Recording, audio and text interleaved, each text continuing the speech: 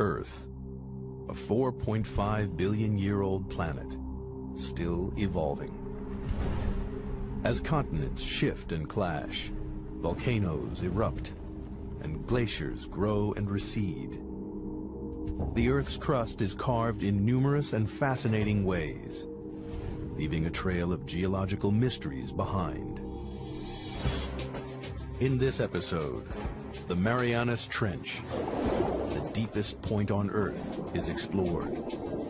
Its sheer walls cut 7 miles into the Pacific Ocean. The mystery of what created this deep, dark chasm takes science detectives on some of the most dangerous dives ever attempted. Deep into the abyss. Scouring the ocean floor, scientists uncover a strange undersea world of fiery mountains, bizarre mud volcanoes, and the largest geological structure on Earth. Discoveries from this unique underwater world will revolutionize our understanding of the powerful forces that shape not just the trench, but the Earth itself.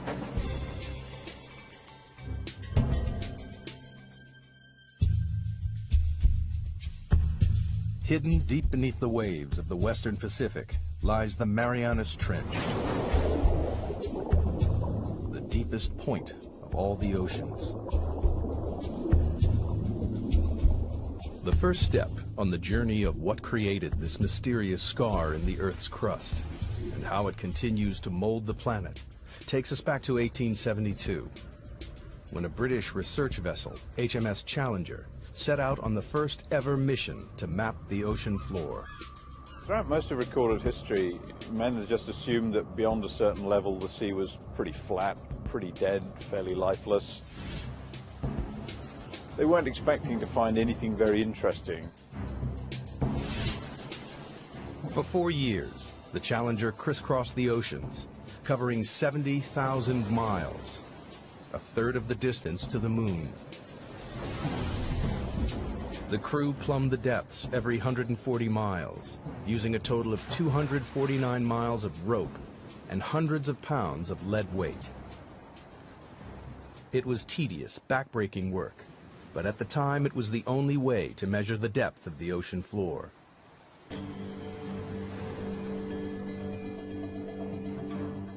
When they got to the Western Pacific, 200 miles off the island of Guam, the crew routinely lowered the rope for a measurement.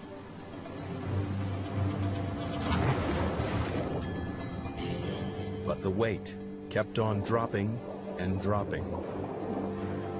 It's a big surprise. Nobody thought the ocean was this deep. So all of a sudden we've got scientists saying, why is that?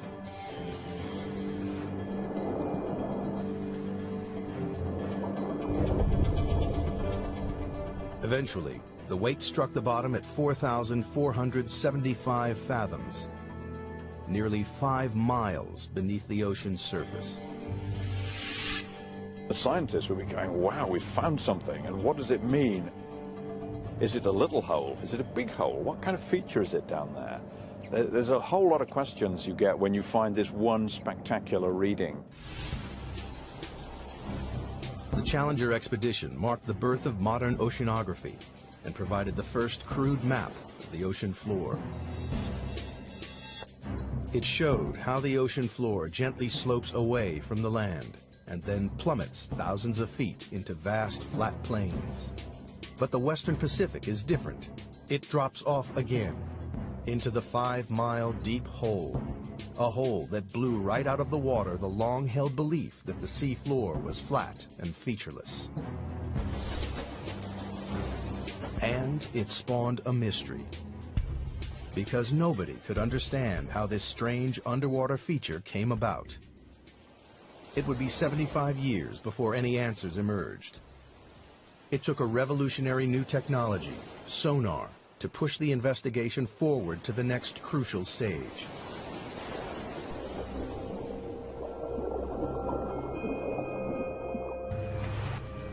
Sonar was first developed in the early 1900s and then perfected during the 1940s to detect submarines lurking in the deep.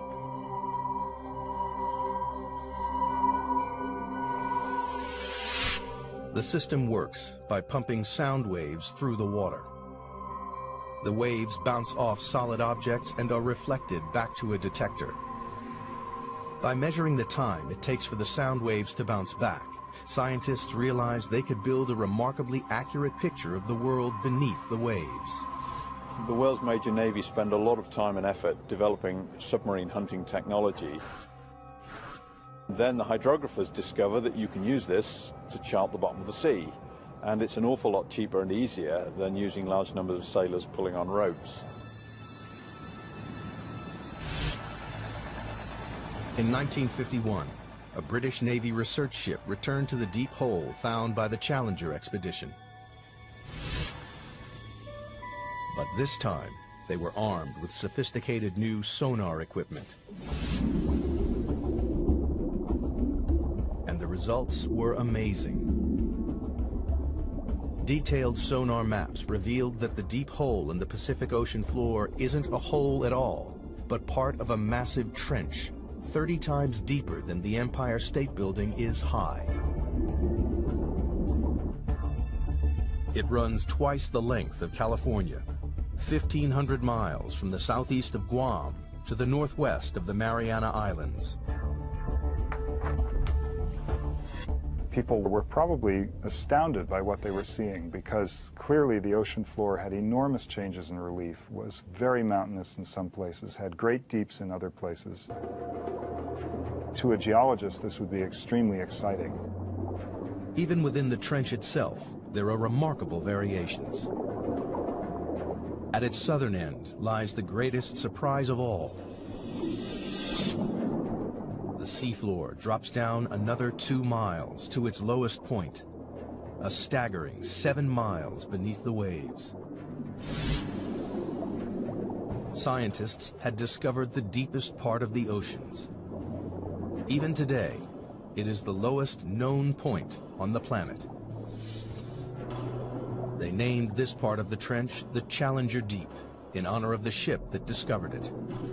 To get a sense of just how deep trenches are, if we take the height of Mount Everest, we would still have about a mile of water above us before we get to the ocean's surface. But how the Marianas Trench was formed remained a mystery. Investigators decided the best way to find the answer was to dive to the bottom of the trench, to see for themselves the lowest point on the planet, the Challenger Deep. But they faced a major problem. At the bottom of the trench, they would have to contend with pressure 1,000 times stronger than at the surface. That's the equivalent of being squeezed on all sides by the weight of 50 jumbo jets. To demonstrate the effects of such pressure, scientists use a dummy head. Today what we're going to do is actually put one of these styrofoam wig heads in the pressure chamber and expose it to the pressure we would see in the Marianas Trench. That's about 16,000 psi. A human skull would be crushed to a pulp, but the rubbery head will only have all the air squeezed out. Wow, that's smaller. And here's what the original size was, just for comparison. Quite dramatic. Pretty stark difference between something that hasn't been 7 miles deep in the ocean and something that has. Glad I'm not going there. At the Mariana Trench, human life is impossible. We're not equipped to resist those kinds of pressures. And so it's necessary to protect humans from that type of an environment. The challenge to engineers was how to accomplish this. In 1953, Swiss scientist Auguste Piccard designed the Trieste, a pioneering vehicle that could withstand the crushing pressures.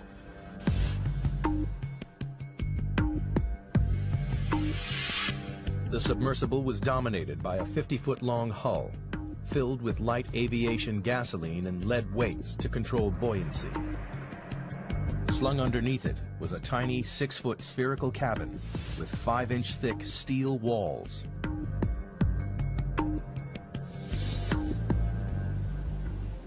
Finally, after 7 years of modifications and manned test dives no deeper than 3.5 miles, the Trieste was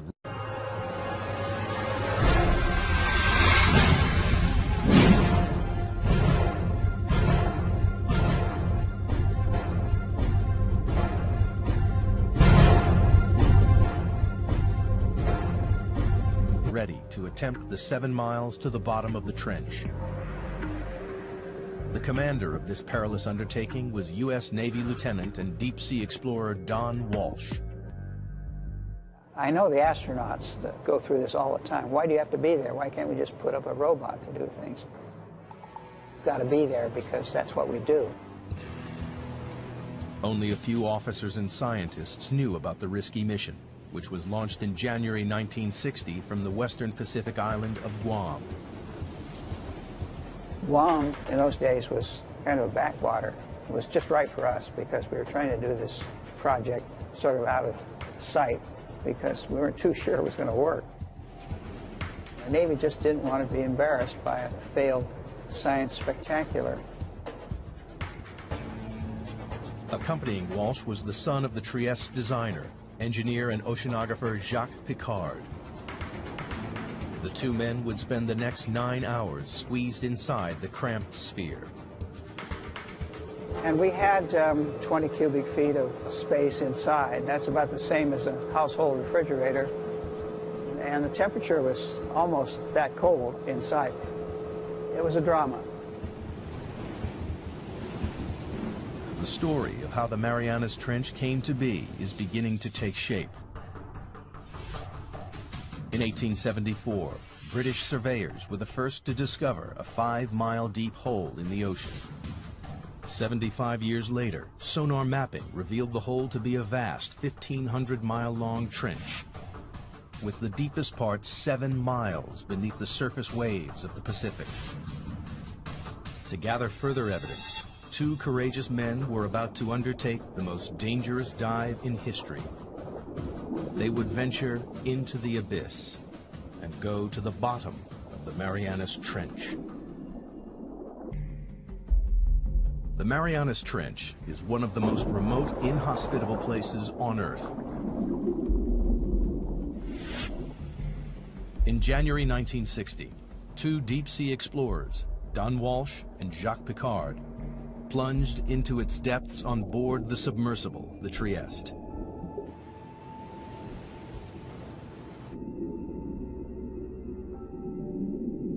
At a speed of just 3 miles per hour, they began their slow descent into the twilight zone. By 3,000 feet, the darkness was total. The only illumination was from the Trieste's powerful lights. The depths we were operating at, it was always black. The only thing that lit up the abyss was the bioluminescence from animals and plankton. Like fireflies, they carry their own light sources with them. Encased in their 5-inch thick steel sphere, Walsh and Piccard quickly passed their test dive record of 18,000 feet. Everything appeared to be going to plan. At the rear of the cabin, the crew were protected by a double layer of glass. But 2 hours into the dive, the outer pane cracked. We had a great big bang. We didn't know what it was. We were about 20,000 feet, and we looked around and checked everything. Every square inch of their tiny life-supporting capsule was fighting back 8 tons of pressure. With the outer pane broken, the only thing between the men and instant death was a single pane of glass. If the inner window had cracked, we would have been instantly dead, maybe even before we knew it. But incredibly, the inner pane remained watertight. Walsh and Piccard decided to continue the descent. After a tense, claustrophobic 4 hours and 48 minutes, they approached the bottom of the trench, only to be startled by movement on the sea floor. Just before we landed, we saw a flatfish about 1 foot long, and that's a bottom-dwelling fish, so if you see one, there are others. Nobody expected to see life at these crushing depths, but it meant the explorers had reached their goal. The very bottom of the Marianas Trench. The depth gauge, with a reading of 35,800 feet, nearly 7 miles below the surface, confirmed the sonar findings.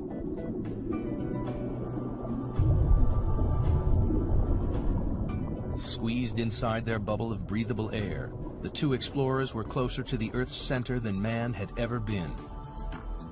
We took a self-portrait. That's the picture that you see. Said we're going to do it, and we did it. But there was work to be done. Walsh and Picard wanted to make detailed observations of the enormous trench. Unfortunately, the Trieste stirred up a cloud of fine, powdery sediment from the sea floor that obscured their view. It's like being in a bowl of milk at that point. So, realizing we weren't going to see anything, we decided to go on back up to the surface. Off the island of Guam, the Trieste surfaces after a descent into the Marianas Trench.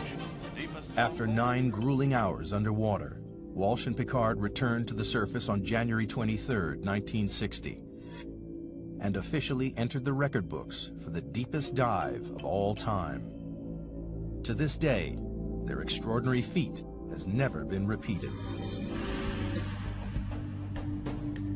The mission was a success, but the mystery remained. Geologists still didn't understand what could have formed the immense trench. And if they couldn't find the answer inside the trench, they would have to look elsewhere. Perhaps there was something somewhere on the ocean floor that might explain the trench's origins. Throughout the 50s and 60s, a team of geologists led by Princeton's Harry Hess compiled sonar data from all of the world's oceans. It was as though they had pulled out a giant plug to drain away all the water and expose the ocean floor. Their maps revealed that the Marianas Trench is just a tiny fraction of a network of enormous underwater canyons stretching right around the planet. But that wasn't all. Running parallel to the trench, on the other side of the Pacific, the map showed a giant underwater mountain range, the East Pacific Ridge. And this, too, is part of a global network, a 40,000-mile-long chain of mountain ranges that ring the globe like the seams of a baseball, to make the largest geological feature on Earth. It was a major development in the investigation, one that scientists hoped might explain the trench's formation. The next step was clear. Investigators needed to understand whether there was a connection between the trench and the East Pacific Ridge.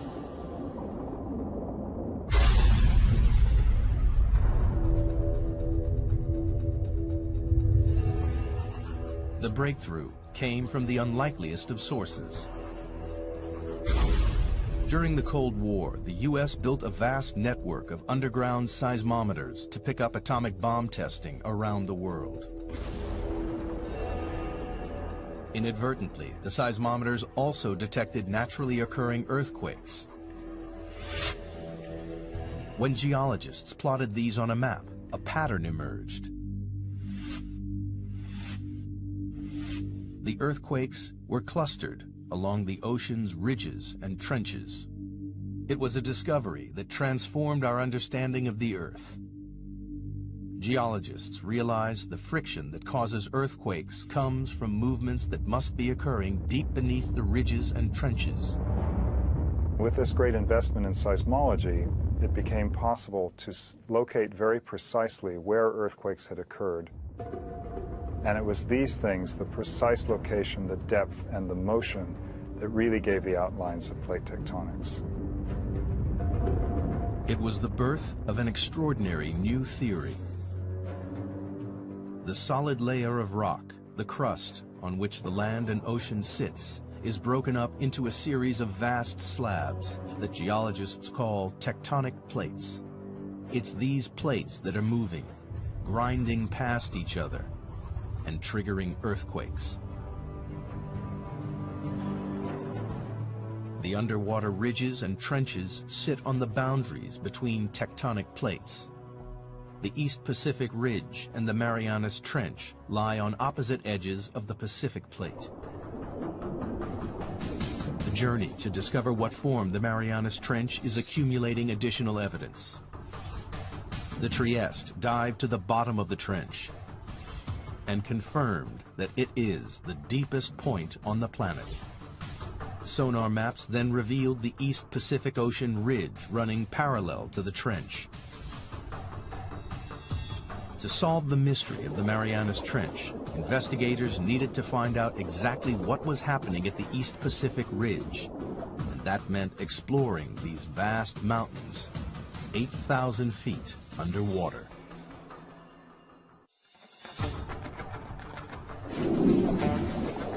The pieces of the Marianas Trench puzzle are falling into place with the knowledge that it lies on the western edge of the Pacific tectonic plate. On the opposite side of the plate lies the East Pacific Ocean Ridge, part of an enormous chain of underwater mountain ranges that ring the globe to create the largest geological feature on Earth. Scientists had a hunch that this colossal ridge might help explain how the trench was formed. And they found a major clue halfway round the globe, where the ridge passed beneath the middle of the Atlantic Ocean. During the Cold War, the U.S. Navy developed a new technique to spot Soviet submarines. They scanned the seas with a tool called MAD, a magnetic anomaly detector, which could pinpoint steel hulls lurking in the deep. But they stumbled across something else. Running parallel on either side of the ridge, they found strange stripes of magnetic rocks, alternating positive and negative away from the ridge's peak.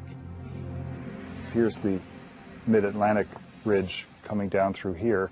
Almost perfectly symmetric on either side of that are these white and black stripes. These have often been called zebra stripes. Geologists know that the Earth is like a giant magnet with a north and a south pole. But the magnetic poles aren't fixed. Every 300,000 years or so, the magnetic field suddenly flips 180 degrees. When the field flips, a compass that was previously pointing north will swing to the south. This reversing of the Earth's magnetic field is a very interesting and exciting but very puzzling phenomenon for geophysicists to explain. Scientists think this reversal explains the stripes either side of the ocean ridge. In the 1960s, geologists discovered that molten volcanic rock, known as magma, swelled up from deep underground to create the ridges in the Atlantic and Pacific. As magma wells up between the tectonic plates, it pushes the seafloor up and forms the colossal mid-ocean ridge thousands of feet high. When the rock is hot and molten, its magnetic minerals line up with the north-south direction of the Earth's magnetic field. As the magma cools, the minerals are locked in position. These rocks act as a permanent record of the magnetic pole's location when the rocks were formed. As more and more magma is forced up, the old crust is pushed away from the ridge and records the reversals in the Earth's magnetic polarity. If you have reversals of magnetic polarity, then the seafloor acts sort of like a tape recorder and records these changes in magnetization. Then the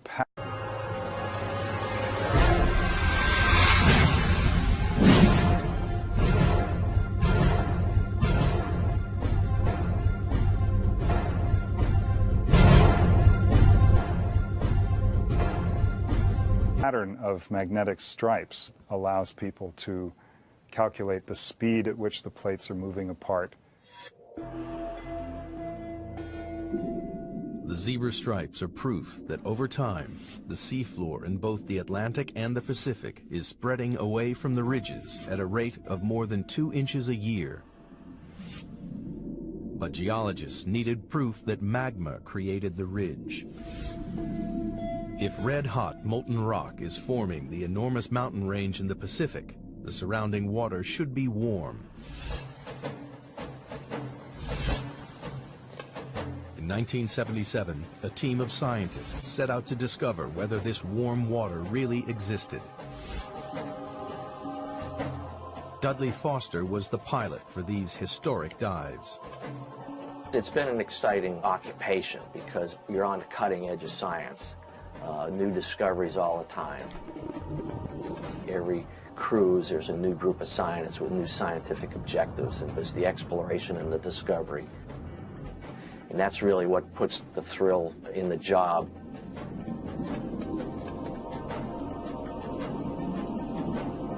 For weeks, the crew scanned the undersea mountains without success. And then they hit the jackpot. A bizarre pillar of rock, spewing hot, toxic gas. And we saw the water was sort of shimmering, sort of like bubbling in a glass teapot or something. We stuck the temperature probe in there and measured 38, 39 degrees Fahrenheit, which was really amazing because the ocean's a huge heat sink. So to see something warm like that was kind of startling. In these pillars of rock, the expedition had found the heat from the magma surging up from deep inside the Earth. It wasn't warming the water evenly along the ridge. It was channeled up through strange hydrothermal vents. When you make these discoveries, you don't know how significant they are. The true significance of them maybe takes several years to appreciate. And this was one of those times. For the investigation into the Marianas Trench, these vents are a decisive piece of evidence. They confirm that magma is continually creating new crust at the Pacific Ocean ridge. And magnetic zebra stripes prove that old crust is pushed away from the ridge towards the other side of the Pacific Plate, towards the Marianas Trench. But this presents scientists with a puzzle. If new crust is being created at the ocean ridge and the Earth isn't expanding, then the old crust must be disappearing somewhere else. The reason that there's not getting bigger with seafloor spreading is because the same amount of seafloor is being destroyed in the Pacific.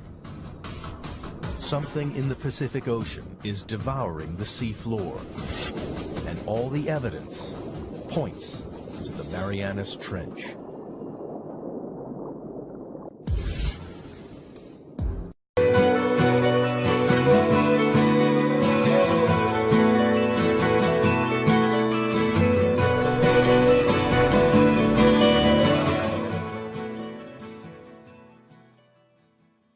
In the hunt to discover what formed the Marianas Trench, scientists now know crust created at the ocean ridge is being devoured somewhere and by something in the Pacific Ocean. They suspect the Marianas Trench is involved. But the proof would come not from the trench, but from these. The Mariana Islands, a chain of volcanoes that break through the ocean surface 200 miles west of the trench. Scientists noticed the island chain mirrors the trench's exact shape. This led them to think the trench was responsible for the island's creation. If you see pictures of the Marianas Trench, it's curved, and the line of volcanoes that it generates is curved exactly parallel to it. Geologists believe that the trench formed the volcanoes via a process called subduction. Subduction occurs where two tectonic plates collide. As they grind past each other, the heavier plate is pushed beneath the lighter plate. The descending plate is forced down into the Earth's intensely hot interior called the mantle. It takes with it water and sediment built up over millions of years. Volcanoes form above subduction zones, not because the Earth is hotter there, but because this is where we're taking the water that once was in the ocean. It's taken into the mantle and gets sweated out, causes the mantle to melt, and this magma is what then rises and erupts explosively out these volcanoes.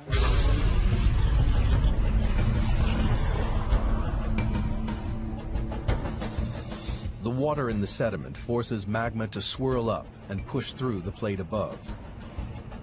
And when it breaks the surface, it creates volcanoes, like the volcanoes that form the Mariana Islands. It was subduction that formed the islands west of the trench and gave investigators the breakthrough they'd been looking for. Because here, at last, was a process powerful enough to create the Marianas Trench. As the descending plate dives down, it digs into the mantle. Here, the colliding plates form a trench, a giant crease in the ocean floor. It seemed that scientists had finally explained how the trench was formed. There was just one problem. A very large problem. Around the world, subduction zones cause violent earthquakes and catastrophic tsunamis. We know subduction is happening because of the active earthquakes, and these are the most devastating earthquakes. This is the earthquake that generated the tsunami in Sumatra. Also, the other very large earthquakes in Alaska and Chile. But the Marianas Trench, the deepest subduction zone in the world, hasn't caused the devastating earthquakes since records began in the 17th century. Investigators needed to know why.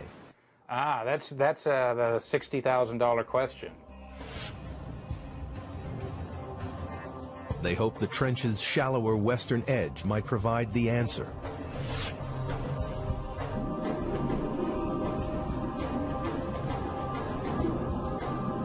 Here they found an intriguing chain of underwater hills 2 miles below the surface of the sea.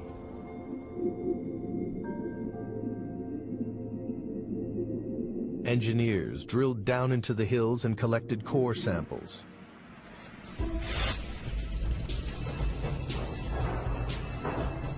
And when the scientists analyzed the samples, they discovered the hills were actually volcanoes. And they spewed out not lava, but mud. The fine powdery mud is made up of a soft type of rock that has been ground up in the subduction zone.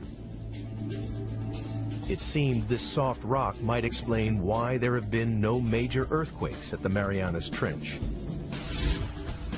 Everybody has a sense of what a volcano is, but not all volcanoes erupt igneous rocks. There's some volcanoes that erupt mud, and a certain kind of unusual kind of mud in the Marianas is made out of serpentine. And serpentine is a very weak rock, and it can be scratched with a knife or something like that. Investigators realized the grinding plates crush the soft rock to form a lubricating mud that prevents large earthquakes.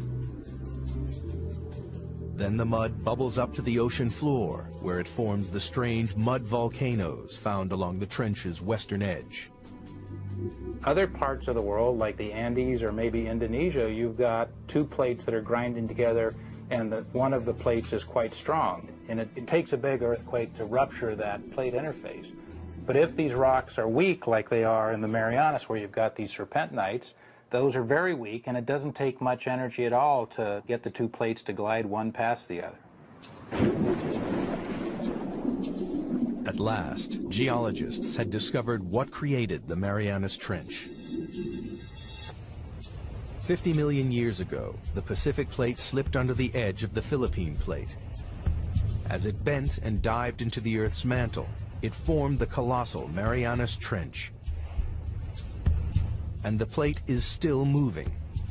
Like a giant conveyor belt, the Earth's crust travels slowly across the Pacific plate, from its birthplace in the East Pacific Ridge to its graveyard 10,000 miles away in the Marianas Trench.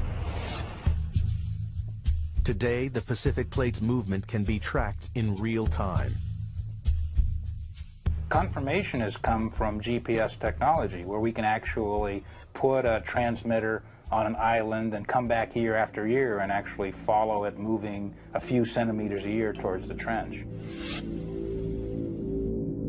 It's devouring the crust at a rate of 3 inches a year, about as fast as a human fingernail grows. Every 4 million years, it swallows an area the size of the United States. By consuming the crust created at the Pacific Ocean ridge, the ravenous Marianas Trench is the world's largest recycling plant.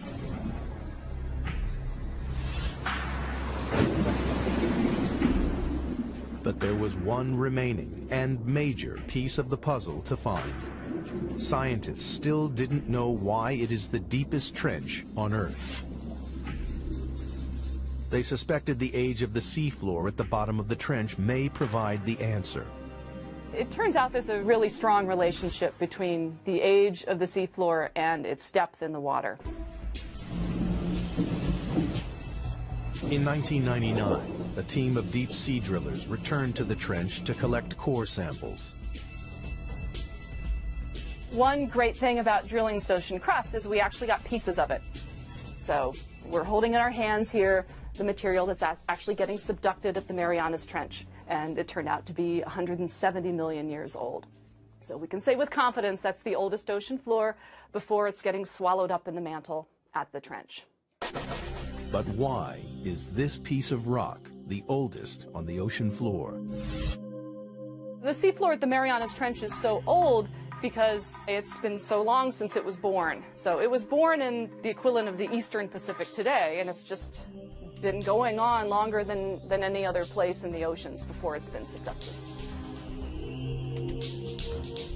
The Pacific Plate is the planet's largest tectonic plate, covering an area 11 times the size of the United States.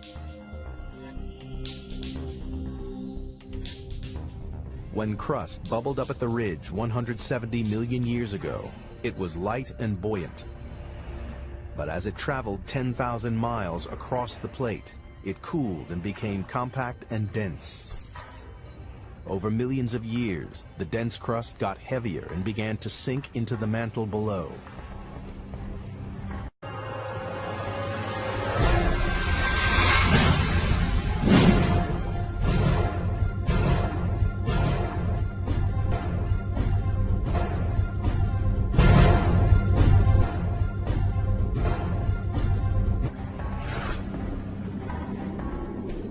Scientists realized that because the crust at the Marianas Trench is the oldest ocean crust, it's also the heaviest and so has sunk deeper into the mantle than any other area of ocean crust.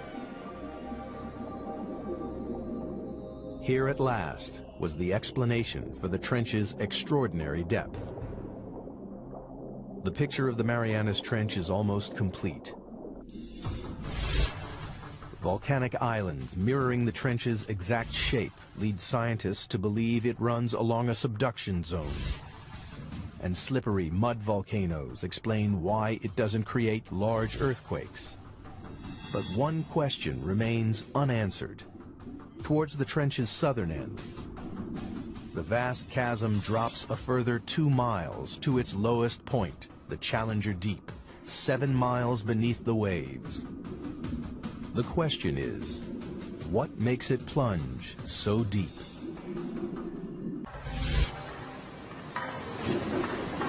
The investigation into the Marianas Trench has one final puzzle to solve. At the trench's southern end, the sea floor plummets a further 10,000 feet into a 7-mile deep chasm called the Challenger Deep. It's the lowest point on the planet. But so far, scientists have been unable to explain why this one section of the trench is so deep. Now, They believe the shape of the descending tectonic plate may hold the answer. The Challenger Deep, in addition, is a little bit deeper because of some peculiarities relating to how the slab that's going down is behaving. A narrow slab of crust has torn away from the Pacific Plate's descending edge. Well, it's basically got to do with how the slab pushes the mantle out of the way. Where you have a narrow slab, like you have at the Challenger Deep, it can sink almost vertically because the mantle that it's trying to displace can move around out of the way. Investigators have finally unraveled the mysteries of the Marianas Trench. And in the process, they've made a discovery with implications that stretch far beyond the trench itself.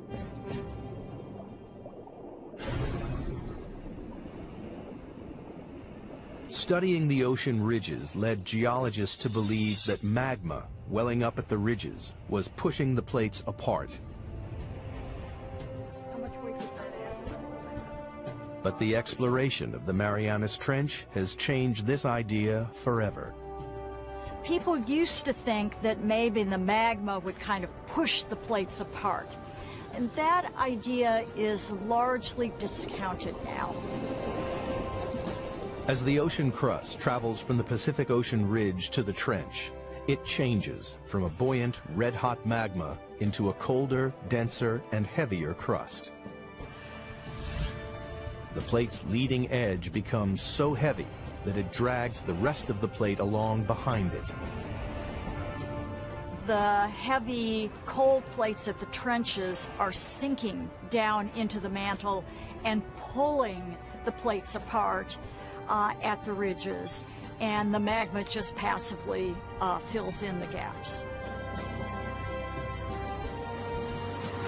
The investigation into the Marianas Trench has revolutionized our understanding of how the Earth's plates move. We now know a worldwide network of subduction zones drag tectonic plates around the globe, powering the movement of continents over millions of years, and moving the very Earth we stand on. The plates that are moving fastest on the Earth are the ones that have all the trenches. The Pacific Plate is the fastest moving of the 9 major plates on the planet because it is surrounded by dozens of destructive trenches like the Marianas. They are consuming the ocean crust faster than the ocean ridge can produce it.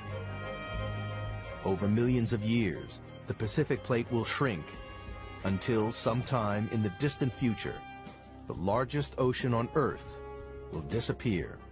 Australia will crash into the United States, reshaping our planet. Perhaps one day, downtown Seattle will compete for real estate with a suburb of Sydney, Australia. And all because of subduction zones like the Marianas Trench.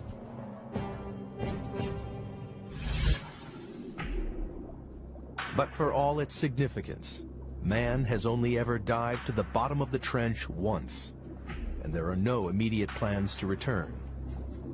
Imagine asking someone,